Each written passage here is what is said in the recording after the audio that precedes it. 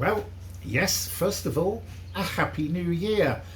Yes, I know it's about a month already, but I haven't done one of these for a while. So, yeah, I hope you had a good New Year. I did, kind of. All right, so what's this You Ask, I Answer all about this time then? Well, okay.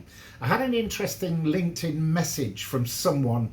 Now, I say someone because I've not heard from them since getting permission to actually use their name and their photograph and everything like that. So it's going to be totally anonymous today, but they do work as a manager for one of the big five in Europe. I think that's all I can say, actually. The message exchange kind of went like this.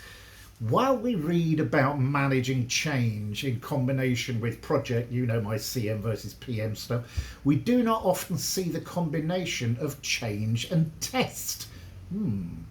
While testing is much closer related to the change at hand. Interesting comment. We try to validate whether we are building the right solution. And we do validate under user understanding of the solution under an acceptance test. These two aspects of testing are directly related to change. Remember, it's not me saying this. This is the exchange I had.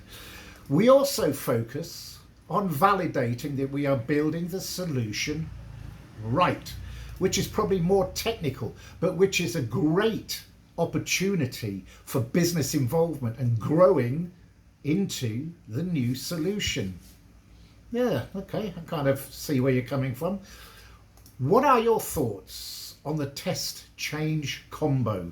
Well, yeah, that's the question I'm going to try and answer today.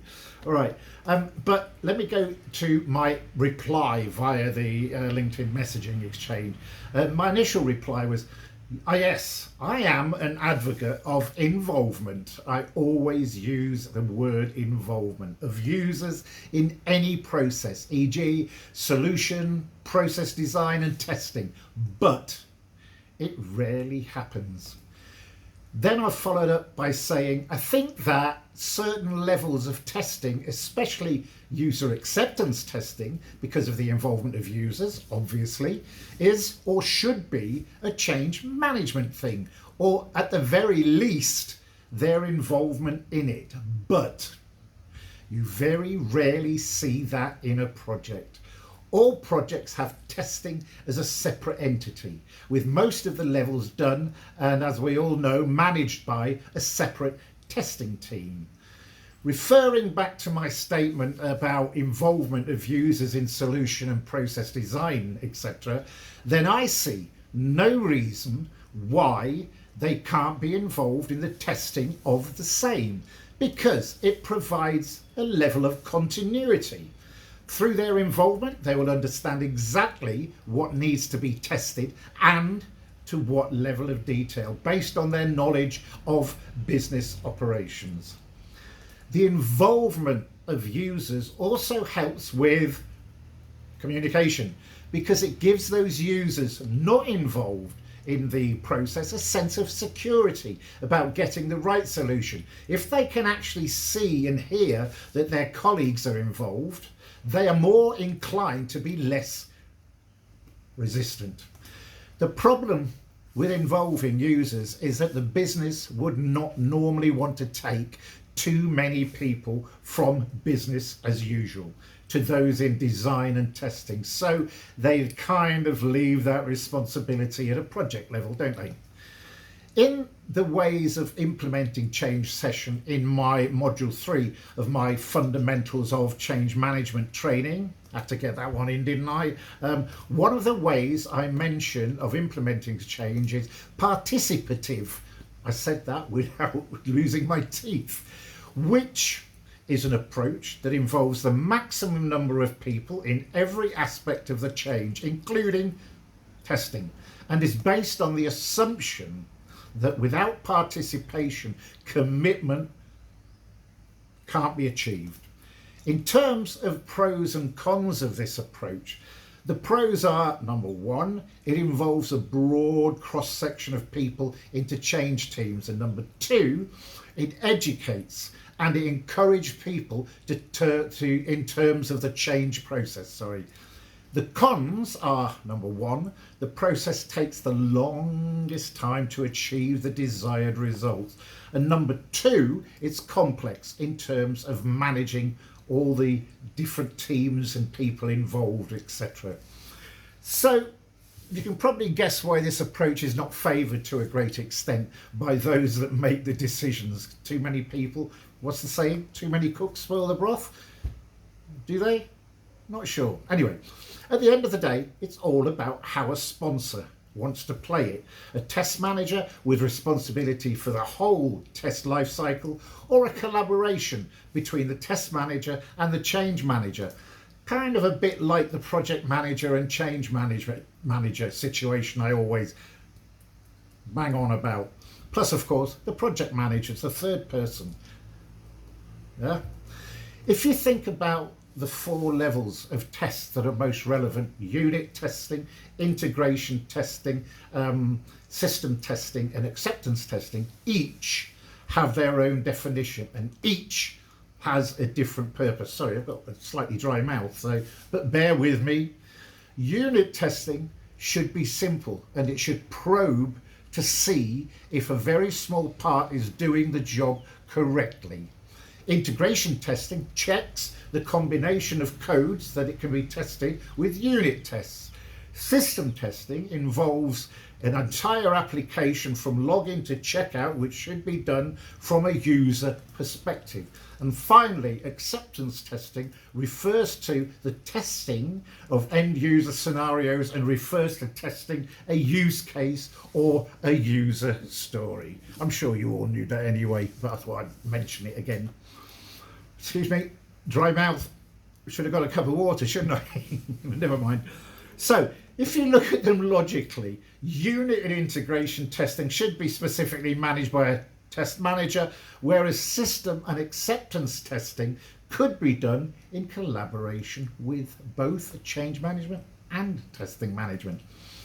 Just as a matter of interest, I've actually been responsible for testing in projects before, and what I want to do now is just give you a couple of examples of the ones I've been involved with. Two slightly different ones.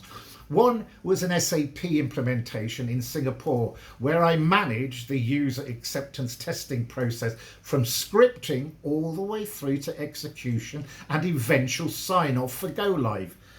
It actually felt really like quite a seamless fit to the work I was doing anyway. For an example, the engagement in the interaction with users both before, during and the testing process. A selection of users were already involved in the project, so they had a good awareness of what was needed and also had a hand in providing suitable and relevant test scripts. Yeah. The other involvement was what we called Bugbuster Sessions, but this was for a head office move again in Singapore, during which we involved users in testing all the new technology and functionality that was being implemented into the new purpose-built building. So let's take this one down to a little bit more detail than the previous one.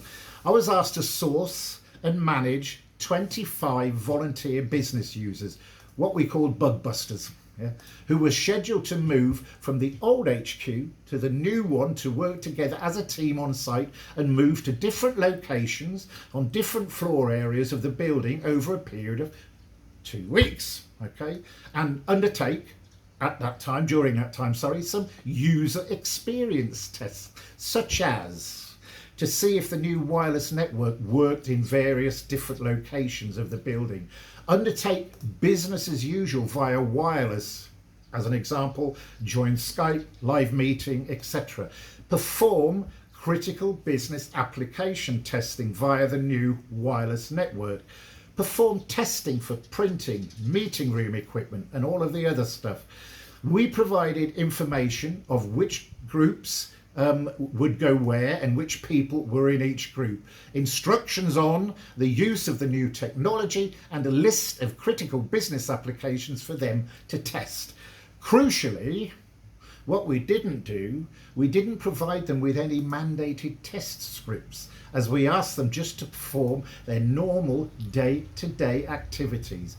But what we did ask for was specific detailed feedback during and at the end of the testing period. Basically around any issues they encountered during the sessions, which were then solved, but there weren't that many, to be honest, so it was kind of okay. I have to say, although different approaches, those two I just mentioned, both worked extremely well with limited involvement of project team members. There were no major hiccups with the SAP implementation or using the new technology on moving into the new building because of this testing. Now, was that me that helped do that or not? I don't know. I shouldn't really say that, should I? Never mind. However, I think it's fair to say that test management execution is an embedded discipline in any project lifecycle now, and it's not regarded as a change management activity. So the shift to change that ethos would have to be a massive one, wouldn't it? I would love to hear the views from change managers and test managers, and also project managers, and also anyone else for that matter. So let's hear your views. Thank you again for listening to me, and I'll try and get another one out soon. Cheers.